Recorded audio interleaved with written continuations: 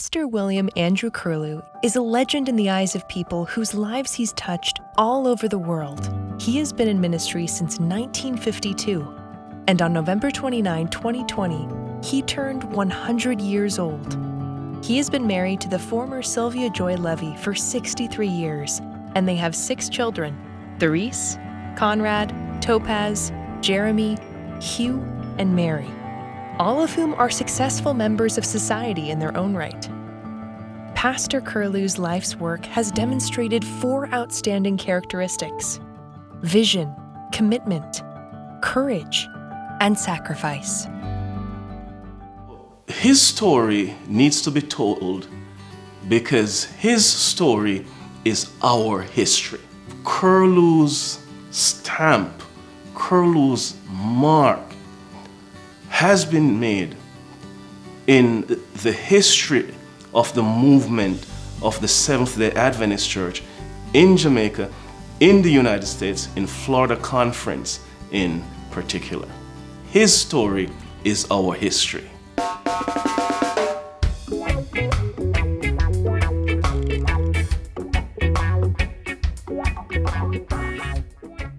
One Sunday evening, I came in from church, and my godfather gave me a hymn book and a Bible. And, a quiet Sunday evening, and I began to sing and I read from the hymn book. And she came and she told me that I'm born for a spiritual purpose.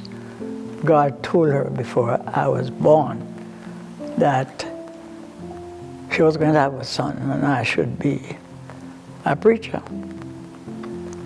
But I wasn't sober enough for that.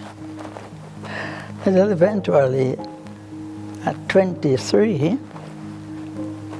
I felt that I need a better life. I began to pray. I went to Kingston with my auntie, and a guy brought a tract, and he left it at the home. When he left it, I wasn't there. I think they sent me to pick up groceries somewhere or the other. And when I came back, I saw the tract. And my cousin was my auntie's daughter. She gave me the tract.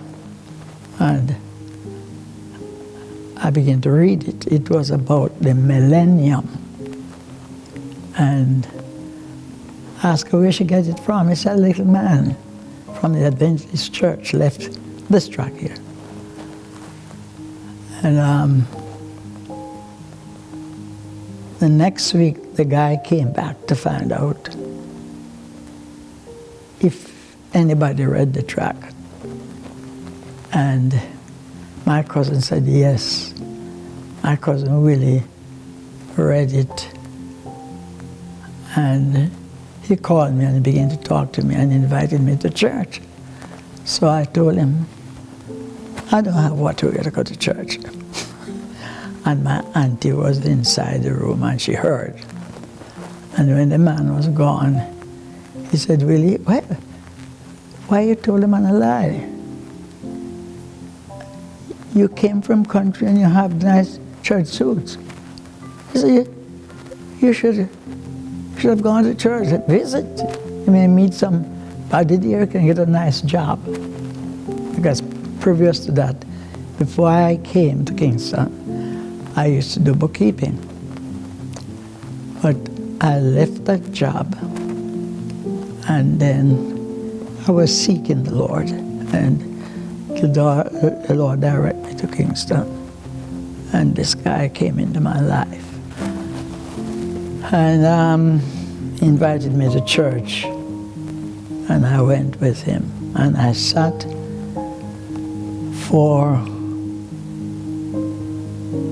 in the preparation for the meeting. The next Sabbath, they were fasting. First in my life, I started a fast. I've eaten anything that day. And they started the meeting, the Sunday that was. And I never missed one night for nearly 3 months.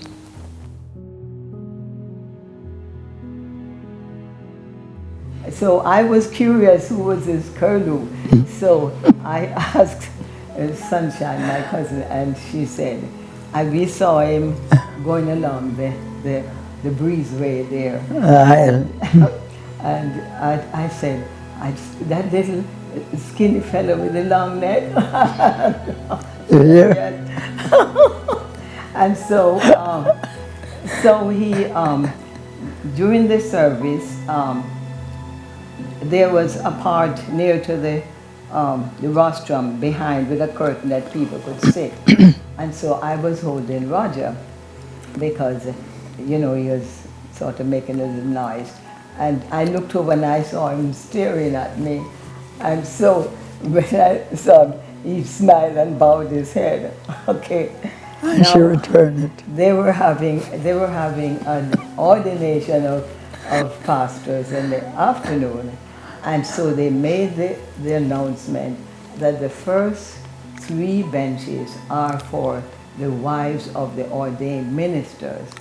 So if you're not a wife of an ordained minister, don't sit in it. So we came late as usual, and he was ushering. So he took us to the last bench. I said, we're not sitting here because we heard the announcement. And then he said, why are you running away from it? And so after that, Prophetic. for the weekend, it was a whirlwind.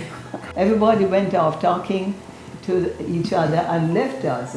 And then I found out that most of my friends were his friends, but I came from the east and he came from the west.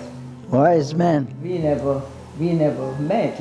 After 6 months, he asked me to marry him, and I told him not yet, it's too early. And so I gave another few months down, and he said, that's too late. So we compromised on March. And so it was 8 months courting. 8 months, yes.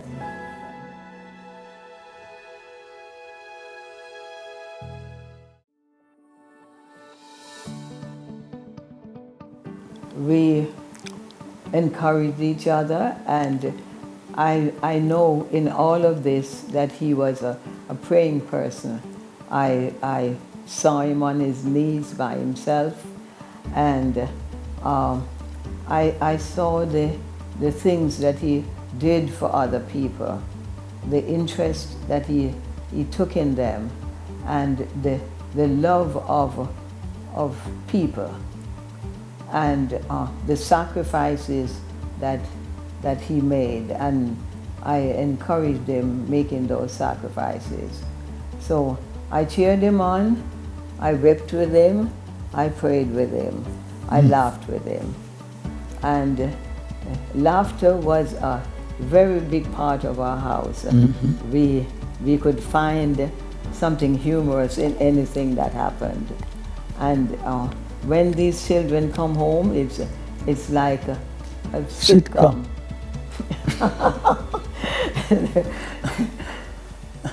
I want to think that she's a gift from the Lord.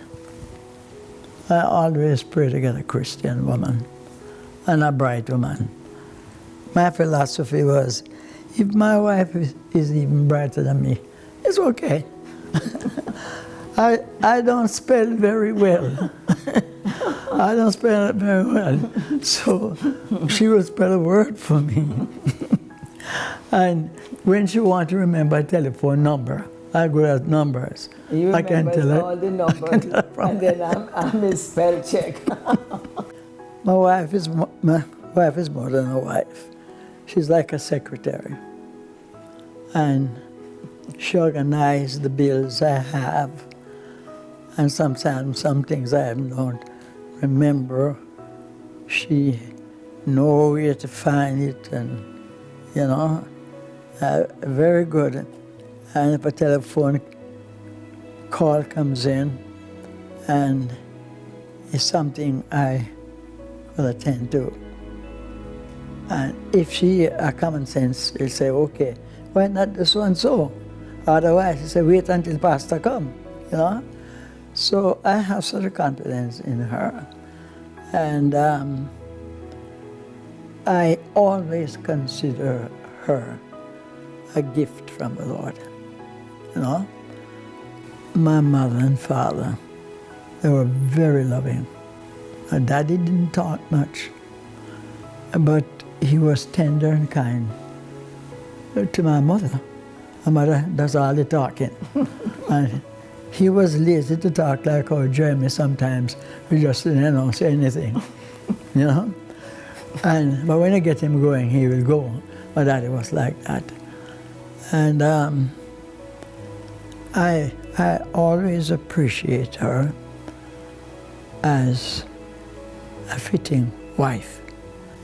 When I get married, I'm going to do everything to make her happy. And I live up to that.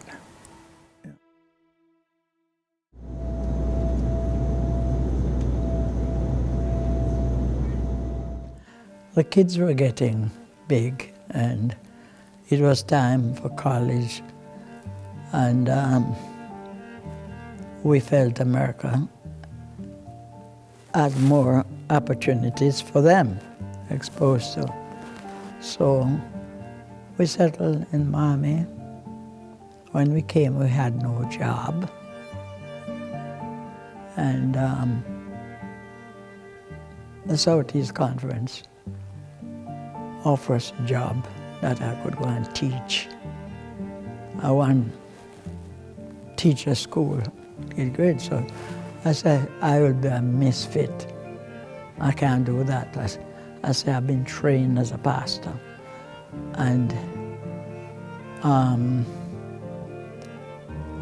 they wonder what to do. And I knelt down and I prayed to the Lord. I said, Lord, you called me to the ministry.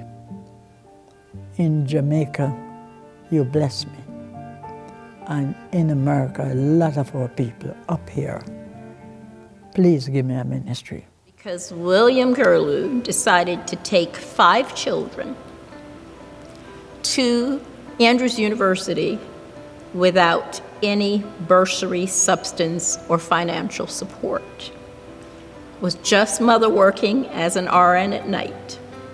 So life became interesting. And that interesting piece meant that each of us had duties and responsibilities. Each of us had to become independent enough to care for each other. But most importantly, for the first time, we learned what it was to go to a special store that Andrews University had, where we would get secondhand warm clothing and things that we've never had to do before. In hindsight, then we did not know how significant it was for William A. Kirlew to take the 5 kids, even though everyone said, why are you taking them? Are you rich? And his comments were always, I'm rich in faith. In Jamaica, in the early 70s, there was a political upheaval taking place wherein the government was experimenting with what is called democratic socialism. And there's a lot of folks who started to leave Jamaica. And of course, they were coming to Florida. And as they arrive in Florida, they seek out the church based on the area that I was attending. One Sabbath, and this now, listen now, they're talking about 1976. So a few years passed. I was in church and I saw a family came. And it was a little man, his wife, and 4 young children. And of course, they worshiped there. And then I went and I greeted them.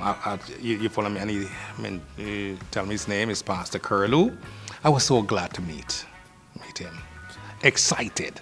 So the Maranatha Church is located in Miami Gardens, Florida, maybe a few blocks away from the Hard Rock Stadium. It is a predominantly West Indian church,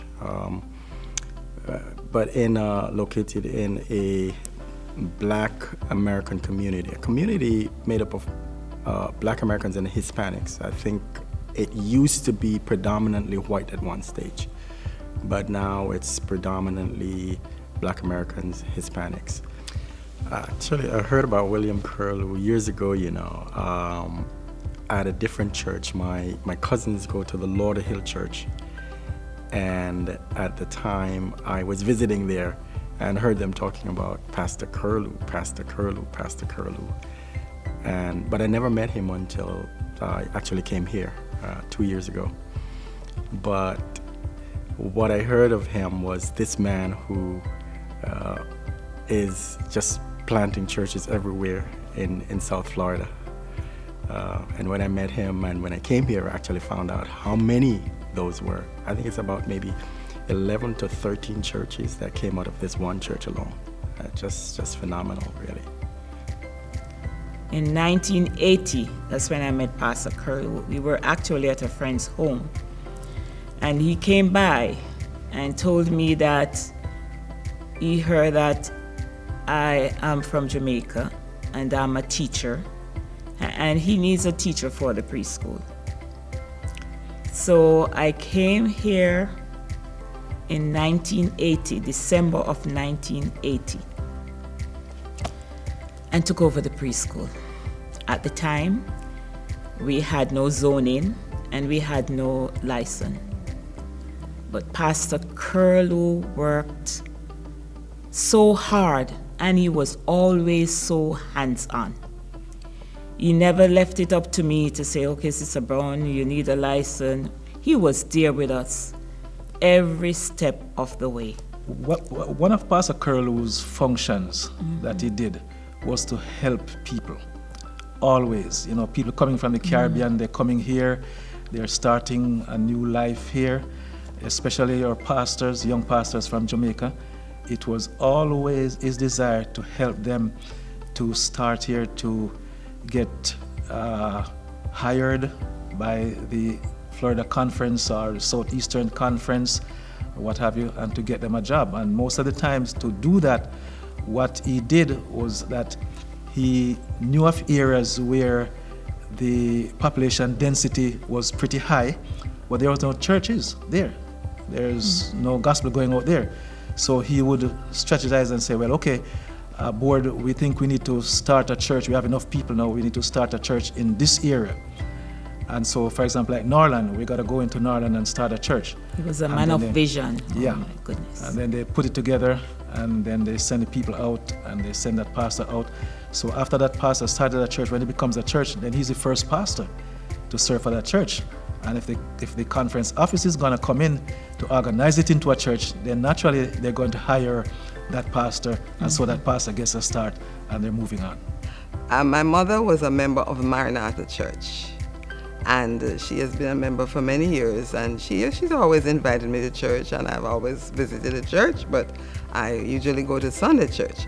But Pastor Kirlew visited my home very often, and especially when my mother became a homebound member. As she got blind and she was home and he would come very often to visit. And every time, he would give me some words of encouraging me to come to the church. And I decided that, I heard he was coming, so I was just going to hide. Okay? Because, I got tired of him asking me to come all the time. So I was going to hide, but guess what happened? I bumped right into Pastor Kirlew. He was and that was the beginning of something. First he said to me, Mrs. Binns, the Lord is calling you. And when that man says something, trust me, it's going to happen. So Pastor Kirlew was my parents' pastor in Jamaica years ago. At that time, he pastored in then West Jamaica Conference, which covered the western side of the island of Jamaica, but he was in charge specifically of the parish of Trelawney. So right now, the district that we're originally from in Jamaica has about maybe 8 churches, but he was in charge of an entire parish, which is very large. So he may have had maybe 100 or more churches. That's how significant it was. So when I ended up here at Maranatha, and I told my parents about Maranatha and that it was started by Kirlew, their first question was, is he still alive? And that was in 2008 when I became an associate here. So the first time I met him was at a evangelistic series here. And I guess it was only fitting because he's one who is big on evangelism and will tell you that, that is the lifeblood of the church. And my first impression was like, this man is very short. I've heard so much about him, so I was expecting to see someone of tall stature and a deep voice and, commanding presence. Not that that's not there in terms of his presence, but I'm like, wow, this is a little man. It's a little man, but clearly he has made a big impact because my parents remember him clearly. And what is amazing, when he found out that I was from Trelawney, he started to tell me about the churches that he pastored, including my home church. And at that time, so that's what, 2008, 2009, I think it was, because I think that was my first evangelistic series here at Maranatha. And at that time, that's how many years ago, he was still not a young man, but he was vividly recalling and reproducing names of individuals and telling me stories. And I'm like, wow, interesting. So you remember, and the stories I've heard of you are true. Yeah. Growing up, my dad used to always use the phrase, when there's no vision, the people perish. And as kids, we used to wonder, what does he mean? There's no vision, the people perish. And as I watched him throughout his career, looking at the situation that he was in, planning ahead, 2 years, 3 years, 5 years for where you currently are, what is your current situation, and where could you be or where could you advance to improve the situation. And so one example was when we were building Maranatha, and the membership was about 50 people. And I remember him wanting to have a church that could hold hundreds of people. He wanted a school. He wanted a college, a university, a hospital. And people would say, that's ridiculous. There's no way you can achieve that. And he had the faith, he had the vision, he worked towards it. A very large church was built, multiple churches came from that. There was a daycare center, there was a school that was built. And so that taught me in life, the past 35 years being in business and looking at leadership, those were one of the important lessons that I learned. That vision is important. As a leader, you need to look forward, plan ahead, and not just live with the status quo and maintain that status quo. I heard about Pastor Kirlew long before I've ever met him. And the number one thing I heard was Pastor Kirlew is somebody who is not afraid to rock the status quo of the conference or to ensure that there is equity and everybody get a fair share of whatever is happening. Okay, I became principal 2019. And the students there, I would tell them about the person who pioneered this building, the school that they are part of. But he's no longer living in this area, but he's around. And when we had a special day, I remember last year, we had Education Day and Pastor Kirlew came. And the students at that time got a chance to meet him. And personally, I remember the prayer he prayed because I was being installed as the new principal. And I've never ever felt such fervent prayer from somebody. It's like God came down when he spoke to God on my behalf, and I could feel his presence. That was a very special moment when he prayed. And after that, he talked to me about the school, how the kids are doing. But the kids are aware. Even just this past week, when we were telling them about his centenary celebration, we gave them a little bit of the history of the school, how it came about, and why it was named after Pastor William A. Kirlew. It was in the mid-1970s.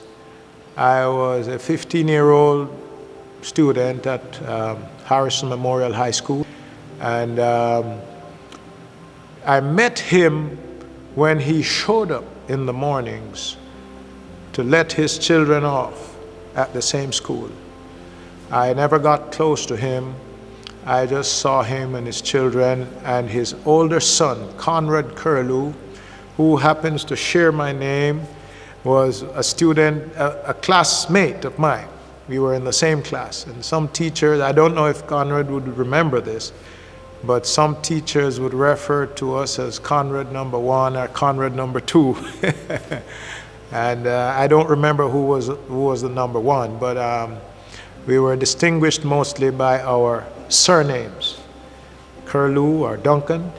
And so that's how I met Pastor Kirlew, through his son, that's a classmate of mine. We never talked. I don't think he knew me because I was one of 500, 600 students. And, but from a distance, I knew him as the father of my classmate.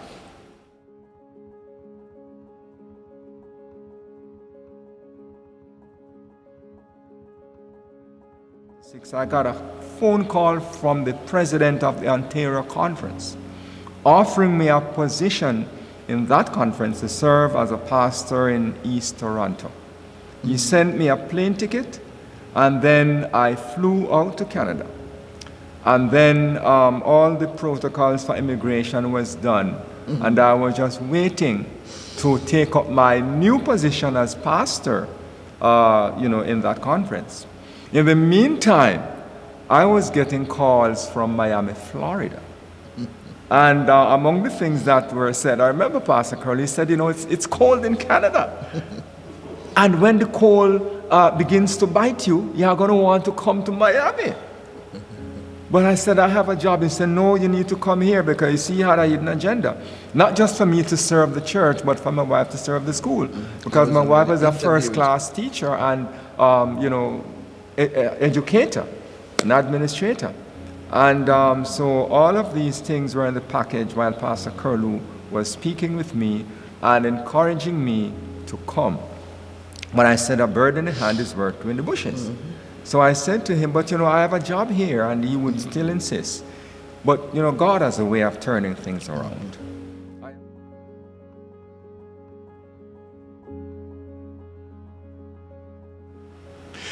The first time I heard about Pastor Kirlew, I was a teenager growing up in Miami.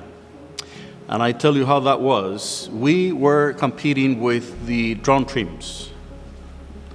And Maranatha, they always won. They were good at the time. I assume they're good today too.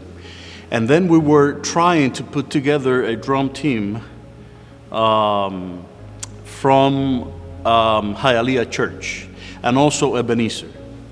And we learned that we needed to get better at it because we were competing with Maranatha and the Pathfinders there. Pastor Kirlew says many times, including around 2 years ago when we had the mortgage burning right here, that I said to him that come and let us form our own church. I am not certain I said that or he said that, but it came up in the discussion. He said I said that. That's where the idea came to start the Maranatha Church. Quite a few Caribbean folks were here, and a group got together now, he called, and we started to worship at somebody's house in a place called Norland, not far from here. Matter of fact, it was a basement. That's the only place in South Florida that has basement. Somebody owned a basement, and they allow us to use the basement, and that's where we started to worship. The sins and the wrongs they committed treating you so badly. Now please forgive the sins of... I go to the church and they wouldn't allow me to teach a class. And one of the pastors asked, who recruiting these blacks? The following week, something took place that was going to radicalize and change everything. He said the new pastor pulled him in the office this morning and said to him that there's a serious problem in the church because the members are uncomfortable with so many Jamaicans coming in. And his job is to tell them not to come to that church. They must scatter and go to the other churches. Too many of them come in. So what was the question? And the president, and I'm going to tell you the name of the president, and he said, tell me to sit down and shut up. And I said, don't tell me to do that. I was mad. And he sat down, and everybody went quiet. And then I blow things off my mind, and I don't keep it up. And when I went home, the night, I left them, and it seems as if the rest of the committee told him what he did was not right. And he called me on the phone, and I was crying and said, Bill, please, please forgive me. I said, you're forgiven. And we go on. When they saw that we were building up congregations of blacks, that never troubled them because we were by ourselves. But they didn't want the blacks to mix with the white, because when the blacks come and mix with the whites leave the church, you know? But I never make that bother me, because I was working with my people. I was working with black people, and I found they wanted me and I wanted them. In every step of the way, we had great challenge. Initially, when they started to compensate Pastor Kirlew, he was getting just 50% of what the regular pastors. Literally, the board, a few of us, make a request that he needs to be compensated, because we kind of knew the formula that was used to compensate pastors. And they says, but we can't do that. I said, you can, because of the formula. And of course, Pastor Kirlew, I think around 2 or 3 weeks after Pastor Kirlew called me and said they decided to give him full salary. There's always tension, and there is always a fight for immigrants and for those that come to this beautiful land of freedom and opportunity, to find the space to be recognized, to be supported with resources and pastors, right?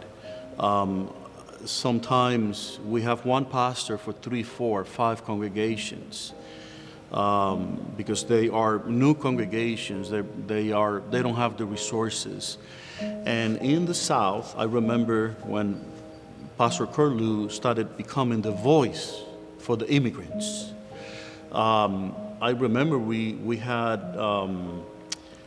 big churches like Miami Temple and Miami Springs and other churches, but there wasn't that emphasis on the smaller congregations, so the immigrant congregations that were forming in the South. As a Hispanic, I have to say thank you to Pastor Kirlew for this reason. Sometimes the Hispanic pastors in the South couldn't communicate their needs and desires and dreams. And they found in Pastor Kirlew that voice.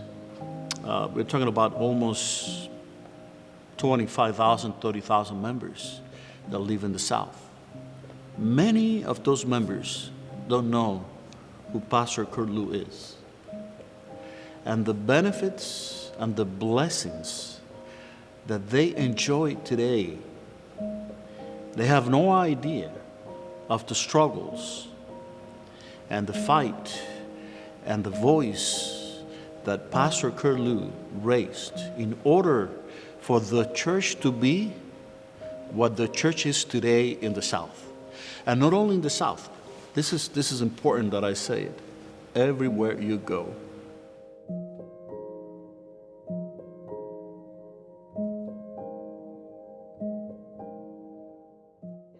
The church became quite big.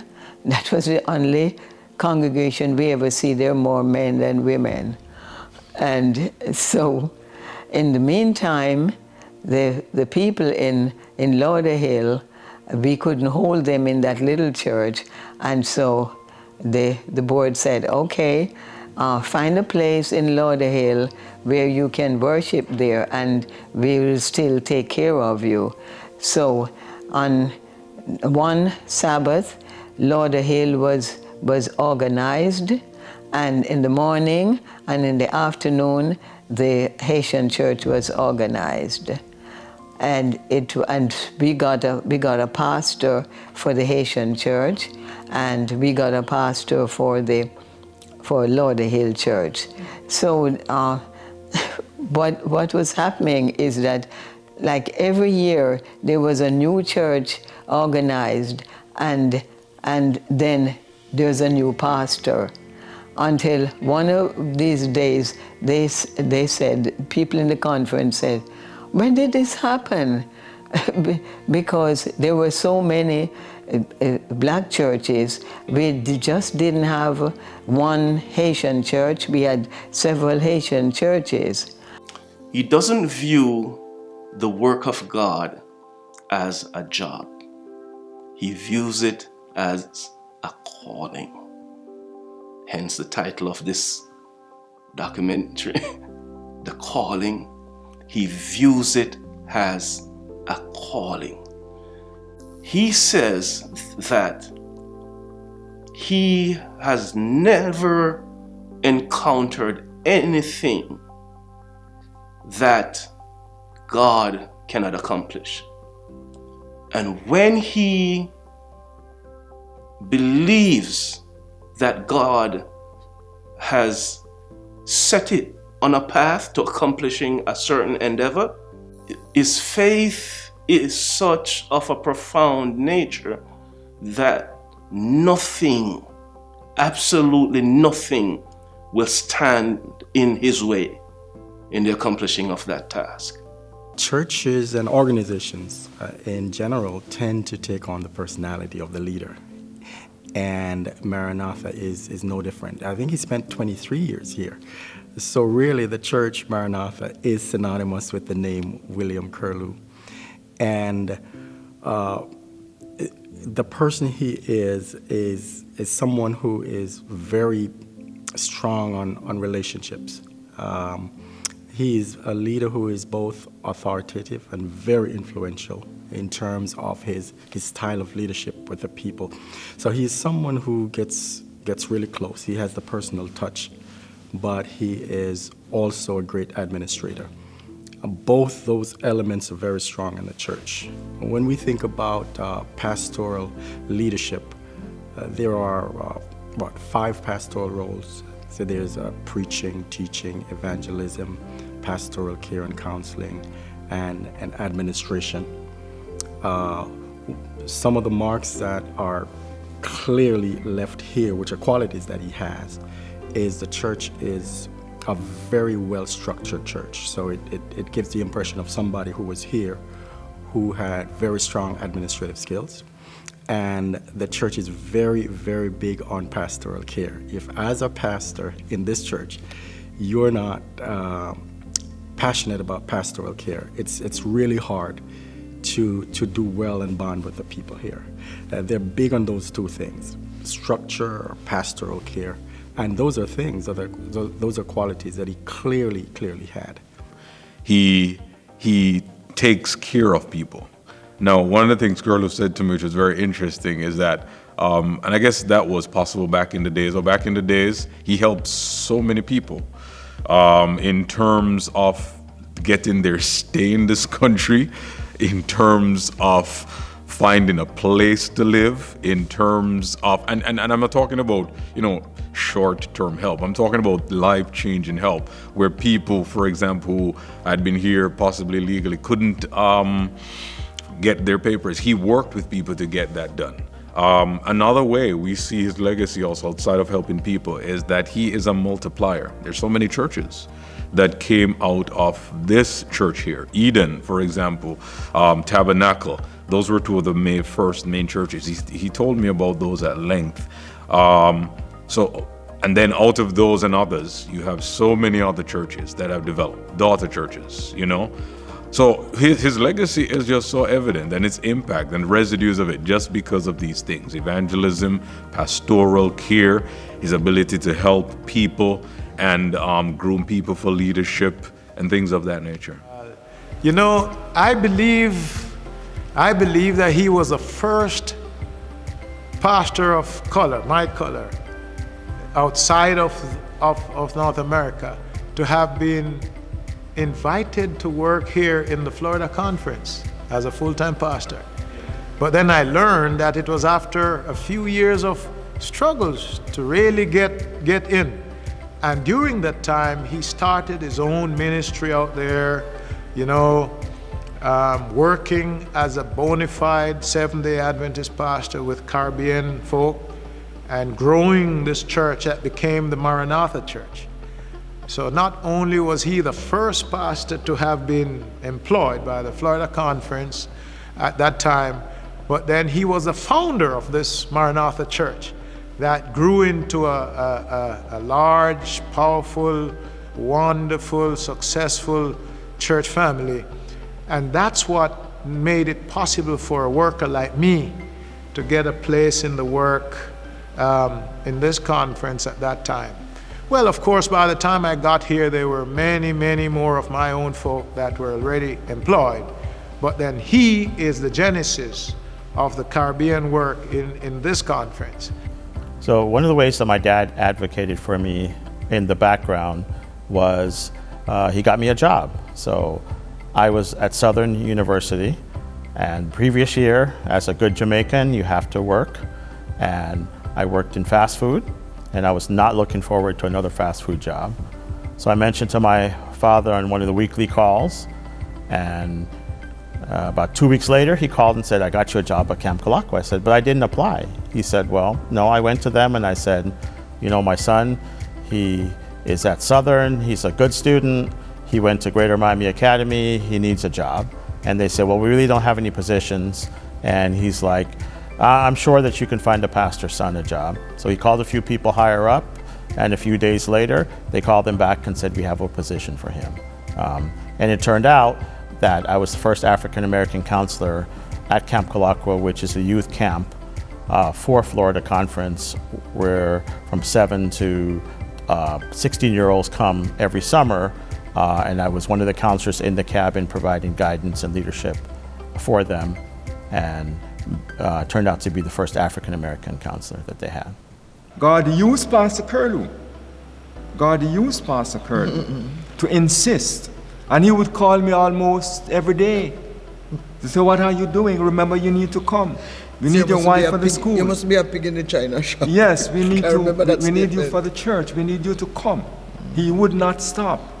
When God wants a man, he uses whatever means necessary to influence a man, to put him where he wants him to be.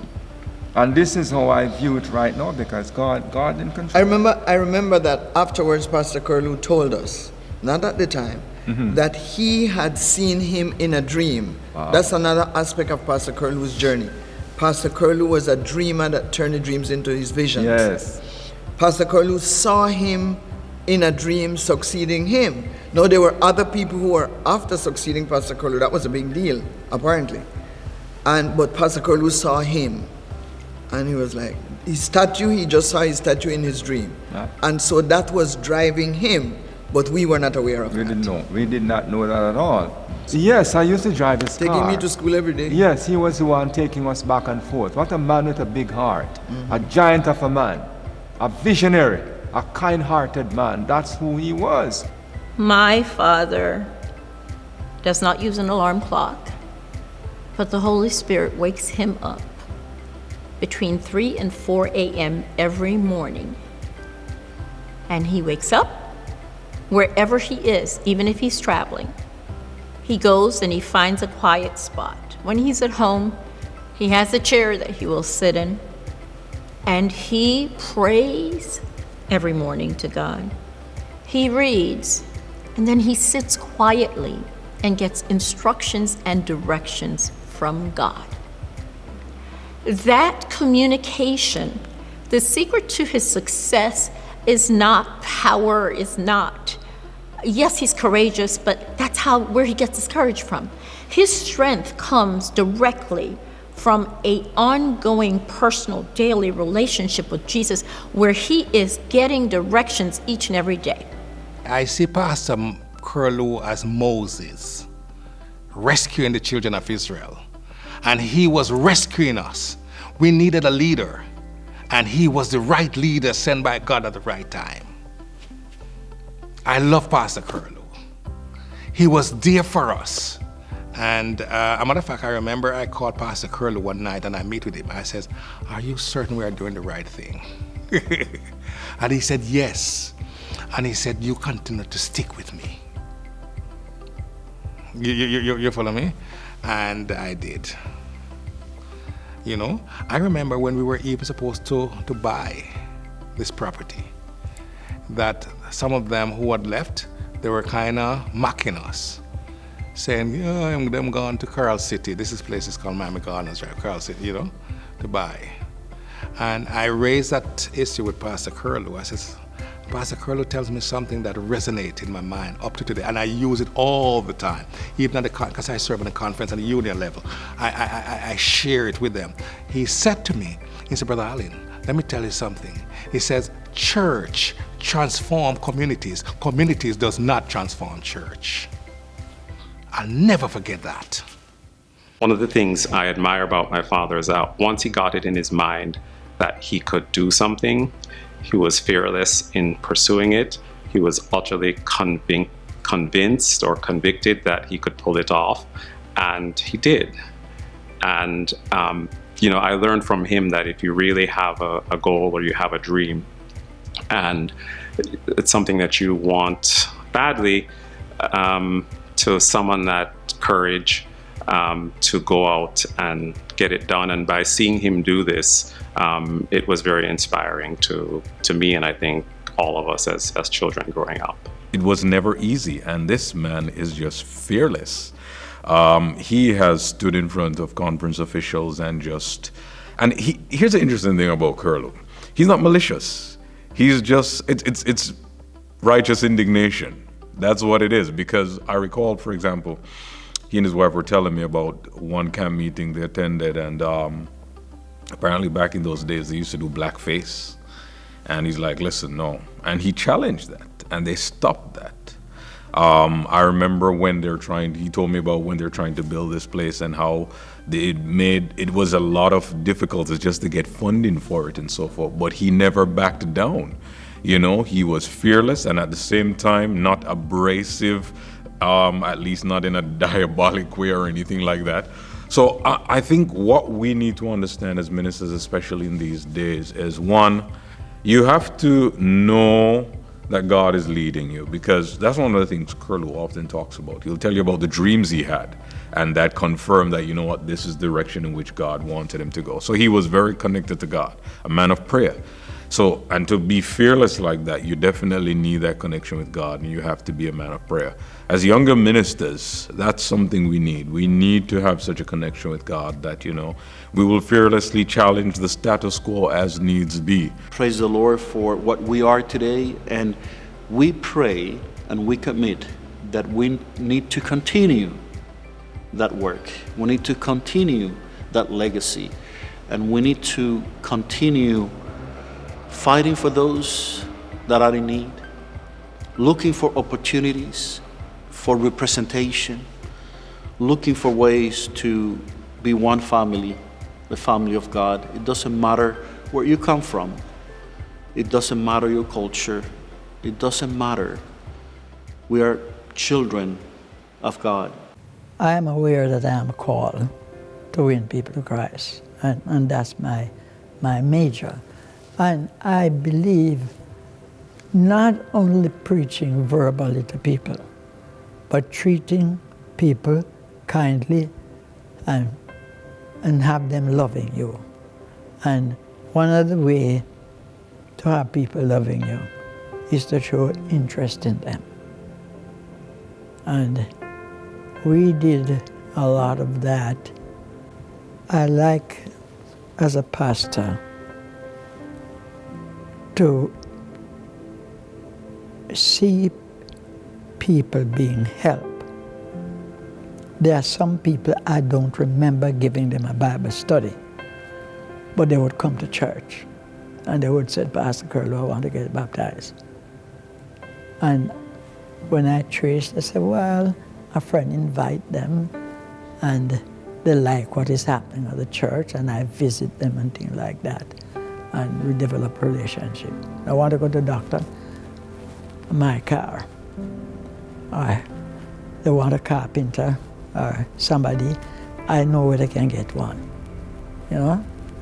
So that was a kind of ministry that I wage. He will go down in history as a pioneer who courageously carved paths that have benefited thousands of lives. His legacy is a towering example of service to humanity. It includes immense and exemplary standards in leadership, church planting, discipleship, and evangelism. As a result, the work of God in Jamaica and the United States of America has gained tremendous ground because of the visionary leadership of Pastor Dr. William A. Kirlew. I cherish this thought that it's better to see a sermon than to hear one.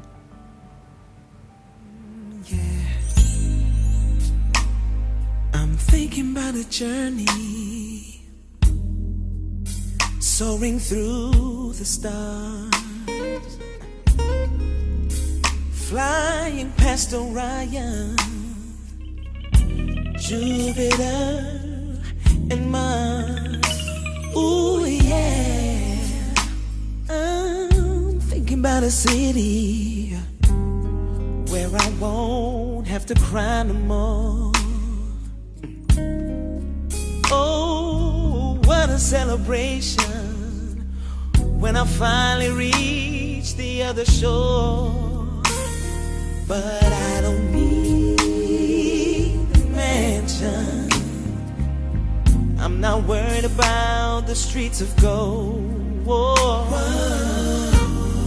Just let me talk to Jesus, the one who died to save my soul. Won't it be, won't it be right when we see Jesus, when we take flight? Oh, won't it be? Oh, won't it be? Ooh, won't it be? Yeah. Won't it be a dream come true? Listen now, I can talk to Mama, shout about the love of Christ.